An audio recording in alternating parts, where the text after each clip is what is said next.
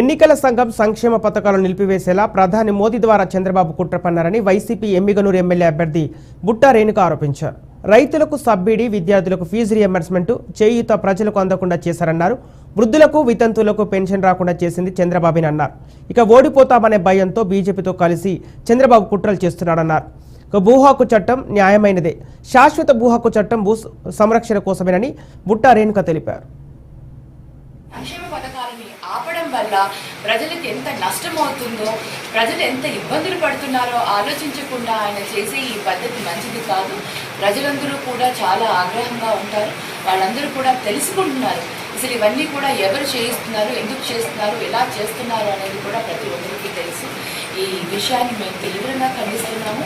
Election commission వారి ఇది మార్చుకుంటే బాగుంటుంది.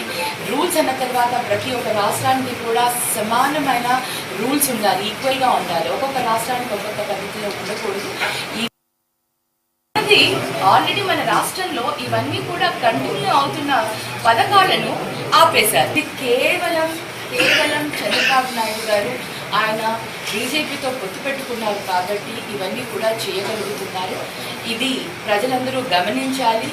ఈ విధంగా ప్రజలకు ద్రోహం చేస్తూ, ప్రజలకు అన్యాయం చేస్తూ, వారికి వచ్చే సంక్షేమ పథకాలని ఆపడం వల్ల ప్రజలకు ఎంత నష్టం అవుతుందో, ప్రజలు ఎంత ఇబ్బందులు పడుతున్నారో ఆలోచించకుండా ఆయన చేసే ఈ పద్ధతి మంచిది కాదు. ప్రజలందరూ కూడా చాలా ఆగ్రహంగా ఉంటారు. వాళ్ళందరూ కూడా తెలుసుకుంటున్నారు అసలు ఇవన్నీ కూడా ఎవరు చేయిస్తున్నారు, ఎందుకు చేస్తున్నారు, ఎలా చేస్తున్నారు అనేది కూడా ప్రతి ఒక్కరికి తెలుసు. ఈ విషయాన్ని మేము తీవ్రంగా ఖండిస్తున్నాము. ఎలక్షన్ కమిషన్ వారి ఇది మార్చుకుంటే బాగుంటుంది. రూల్స్ అన్న తర్వాత ప్రతి ఒక్క రాష్ట్రానికి కూడా సమానమైన రూల్స్ ఉండాలి, ఈక్వల్గా ఉండాలి. ఒక్కొక్క రాష్ట్రానికి ఒక్కొక్క పద్ధతిలో ఉండకూడదు.